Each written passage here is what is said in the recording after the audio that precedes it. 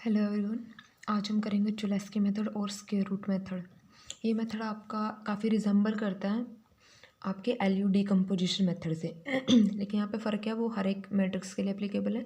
ये हम तब लगाते हैं जब हमारे पास मैट्रिक्स सिमेट्रिक गिवन हो। ठीक है, यहाँ पे आपको क्लियरली मेंशन है कि मैट्रिक्स क्या होनी चाहिए, सिमेट्रिक। सिमेट्रिक और क्या होनी चाहिए, पॉजिटिव डेफिनेट। सिमेट्रिक मैट्रिक्स कौन सी होती है आपके पास, जिसका ट्रांसपोज उसी मैट्रिक्स के इक्वल आ जाए, या पहले पढ़ चुकी हो फर्स्ट ईयर में। ठीक है, और पॉजिटिव डेफिनेट क्या होते हैं, जिसकी सारी आइगन वैल्यू क्या हो, रियल हो और स्ट्रिक्टली ग्रेटर देन जीरो हो। तो आप क्या करोगे, जब आपके पास इस टाइप से सिमेट्रिक और पॉजिटिव डेफिनेट मैट्रिक्स गिवन होगी, आप इसको इस फॉर्म में रखोगे, A equal to L into L dash. L क्या होगी, आपकी लोअर ट्रायंगुलर मैट्रिक्स होगी। ठीक है, लोअर ट्रायंगुलर मैट्रिक्स इंटू में उसका ट्रांसपोज इस फॉर्म में रखोगे।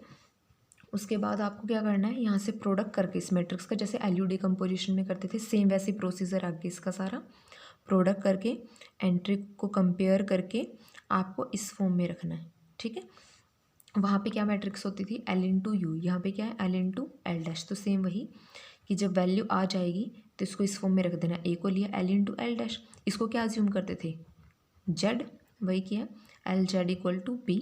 तो यहाँ से पहले आप जेड की वैल्यू निकालोगे, फिर उस जेड की हेल्प से किसकी वैल्यू निकालोगे, एक्स की वैल्यू निकालोगे। ठीक है, यहाँ से सॉल्व करके वापस वैल्यू यहाँ रख दोगे और फिर आपके पास आपके अननोन के आंसर आ जाएंगे एक्सरसाइज के। ठीक है, दूसरे इन्होंने इसमें क्या बताया, रिमार्क दिया हुआ है आपको कि इसकी जगह पे आप अपर ट्रायंगुलर भी यूज़ कर सकते हो। सेम प्रोसेस करना है, कोई डिफरेंस नहीं है। ठीक है, तो बस क्या फ़र्क आएगा, यहाँ पे क्या रखोगे, u इंटू यू डैश। ठीक है, प्रोडक्ट करके वही एंट्री को कंपेयर करना, यहाँ पे u इंटू यू डैश आ जाएगा, सारा प्रोसीजर सेम होगा। उसके बाद सेकंड पॉइंट दिया कि इस मेथड को आप यूज़ कर सकते हो मैट्रिक्स का इन्वर्स फाइंड आउट करने के लिए। उसके लिए आपको क्या करना है, ये आप लेके चलो, इन्वर्स अप्लाई कर दो, ए इन्वर्स, यानी कि इसका भी क्या हो जाएगा, इन्वर्स। ठीक है, ए बी के इन्वर्स के लिए क्या फॉर्मूला है आपके पास, A B inverse equal to B inverse into में ए इन्वर्स। ठीक है, तो एल डैश का इन्वर्स पहले आएगा, एल का इन्वर्स बाद में आएगा। इसके बाद क्या होगा, इंटरचेंज कर दो, ये प्रॉपर्टी होती है। ठीक है, इन्वर्स को अंदर ले आओ और ट्रांसपोज बाहर लगा दो, तो ए इन्वर्स की वैल्यू ये होगी। यानी कि अगर आपको ए इनवर्स फाइंड आउट करना है तो आपको क्या करना है, आप ये लोअर ट्रायंगुलर मैट्रिक्स जो फाइंड आउट करोगे यहाँ से, आपको इसका इनवर्स फाइंड आउट कर लेना है, फिर उसके ट्रांसपोज से मल्टीप्लाई करके इनवर्स के ट्रांसपोज से। ठीक है, इनवर्स के ट्रांसपोज से मल्टीप्लाई करके आपको क्या मिलेगा, ए इनवर्स मिलेगा। ठीक है, अब इस पर बेस्ड हम एग्जाम्पल करते हैं।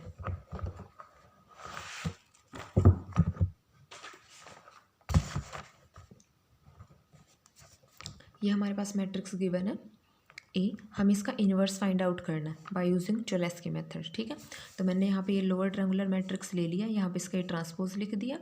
ठीक है, और प्रोडक्ट करके ये आंसर आएगा आपके पास।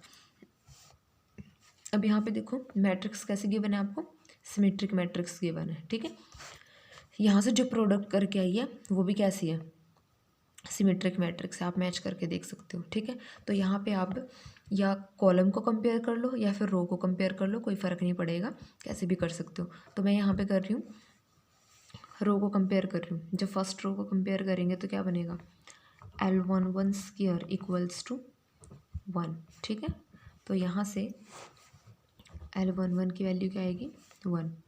L11 L21 की वैल्यू क्या आएगी, 2। L11 की वैल्यू हम निकाल चुके हैं 1, तो L21 की value 2। Similarly L11 L31 equals to 4 implies L31 equal to 4। ठीक है, अब सेकेंड रो को कंपेयर कर दो, वहाँ से क्या मिलेगा, ये वैल्यू मिल चुके, इसको कंपेयर करो, L21 square plus L22 square equals to 5। L21 की वैल्यू क्या थी, 2, यहाँ रख दो, कितना बनेगा, L2 square equals to 5 minus 4, 2 square रखें ना, 2 स्क्वायर माइनस 4 1, तो L22 1। यहाँ से वैल्यू निकाल लो, यहाँ से देखो क्या क्या एंट्री है आपके पास, L21 की वैल्यू क्या थी, 2।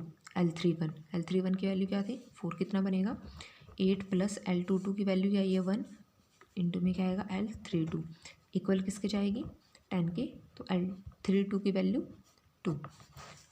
इसके बाद थर्ड रो कंपेयर करो, ये वैल्यू आ चुकी है, इसको कंपेयर करो, L31 L21 31 21, कितना आएगा वापस 8, फिर से वही, ठीक है, सेम एंट्री है तो वही L32 यहाँ से हमें क्या मिलेगा 8 मिलेगा, निकालने की ज़रूरत नहीं है, मिल चुका है।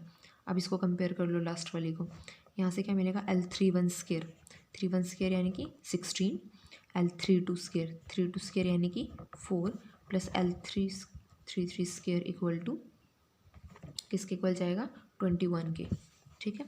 तो यहाँ से आपके पास L33 स्क्वायर की वैल्यू क्या आ जाएगी 16 + 4 20 इक्वल टू 1, L33 क्या आएगा 1 आ जाएगा, ठीक है। तो यहाँ से L33 की वैल्यू आएगी 1। अब इन वैल्यू को वापस से यहाँ पे मैट्रिक्स में रख दो, तो मैट्रिक्स क्या बनेगी आपके पास, जो L है L11 1 2 4 0 1 2 0 0 1, ठीक है, ये मैट्रिक्स बनेगी आपके पास। अब इसके बाद हमें क्या करना है, L इनवर्स फाइंड आउट करना, ठीक है, L इनवर्स फाइंड आउट करना। अब L इनवर्स क्या होगा, जो L into n L inverse करने पे क्या दे दे आइडेंटिटी, तो हम अपनी तरह से मैट्रिक्स अज्यूम कर लेते हैं। L हमारे पास क्या आया था,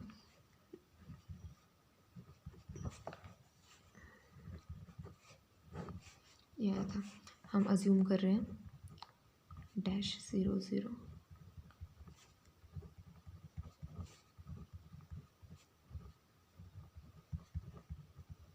ये हमने अज्यूम किया। लोअर ट्रायंगुलर मैट्रिक्स का इन्वर्स लोअर ट्रायंगुलर जाता है, अगर आप अपर ट्रायंगुलर ले रहे हो तो उसका इन्वर्स अपर ट्रायंगुलर ही जाएगा, ठीक है। तो इसलिए हमने इस टाइप का इन्वर्स लिया। अब आपको क्या करना है, प्रोडक्ट करना है इधर दोनों का और इधर से एंट्रीज़ को कंपेयर करना है, ठीक है। उसके बाद आपको ये एंट्रीज़ की वैल्यू निकालनी है और यहाँ पे रख देंगे तो हमें क्या मिलेगा L इनवर्स मिलेगा। अब L इनवर्स की वैल्यू कैसे निकालेंगे, प्रोडक्ट कर दो पहले, यहाँ से क्या बन रहा है L11 डैश,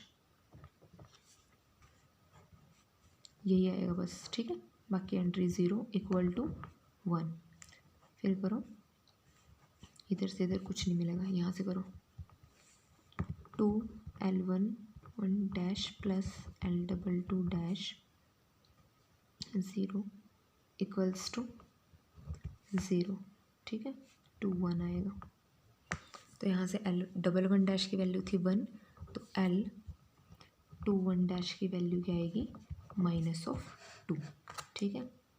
अब क्या करो, यहाँ से यहाँ प्रोडक्ट करो, थर्ड रो का फर्स्ट कॉलम के साथ कितना बनेगा 4L1 double dash 1 dash 2L21 dash plus L31 dash equal to 0, ठीक है।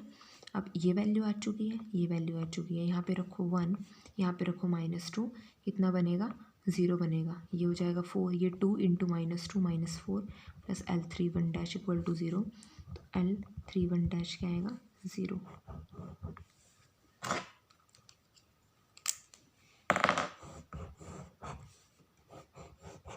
नेक्स्ट एंट्री आई है, ठीक है। अब यहाँ से देखो सेकंड रो को करो, कोई एंट्री नहीं मिलेगी। अब यहाँ से करो सेकंड रो सेकंड कॉलम, कितना मिलेगा L22 डैश और वो क्या मिलेगा 1, ठीक है। अब ऐसे इधर थर्ड में करो, कोई एंट्री नहीं मिलेगी। यहाँ से करो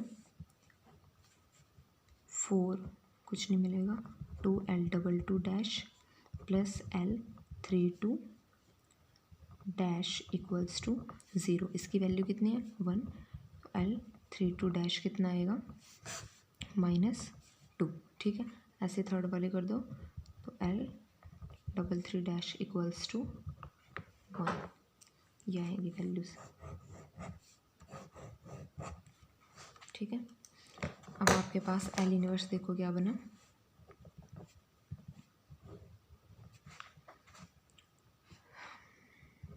वन 1 ये 0, ठीक है। बाकी एंट्री क्या बनेगी -2, यहाँ पे क्या आएगा 0 और ये क्या बना -2, ठीक है। अब A इनवर्स क्या था हमारे पास जो हमने निकाला था एल इनवर्स डैश इंटू में एल इनवर्स, अब इसका ट्रांसपोज ले लो, वो क्या बनेगा 1 0 0 -2 1 0 0 -2 1, ठीक है, इंटू में रख दो एल इनवर्स।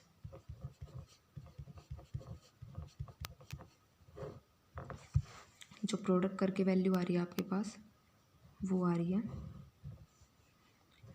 5 -2 0 -2 5 -2 0 -2 1, ये आ रहा है, ठीक है, ये आपके पास आंसर है। और ये भी आपके पास सिमेट्रिक आ रहा है, क्यों? क्योंकि अगर हमारे पास सिमेट्रिक मैट्रिक्स गिवन हो ए, तो उसका जो इन्वर्स है वो भी कैसा आता है, सिमेट्रिक मैट्रिक्स ही आता है, ठीक है। तो ये आपके पास आ गया इन्वर्स। ये तो था जब आपको इन्वर्स निकालने के लिए दिया जाए। अगर आपको दिया जाए निकालने के लिए सॉल्यूशन, तो आप क्या करोगे, आपने यहाँ पे निकाल ली थी एल, वहाँ पे वैल्यू रख दो एल एल डैश इंटू में X equal to B. L dash आपको पता है यहाँ से निकाल लोगे, तो एल डैश एक्स को रखो जेड, तो आपके पास क्या बनेगा L Z equal to B, ठीक है। यहाँ से निकाल लो Z equal to Z1 Z2 Z3, जैसे हमने एल यू डिकम्पोजिशन में किया था, सेम वही प्रोसीजर है। वो निकाल के यहाँ पे वैल्यू रखो, यहाँ पे एक्स वाई जेड है, यहाँ पे एल डैश रखो और वैल्यू निकाल लो, ठीक है।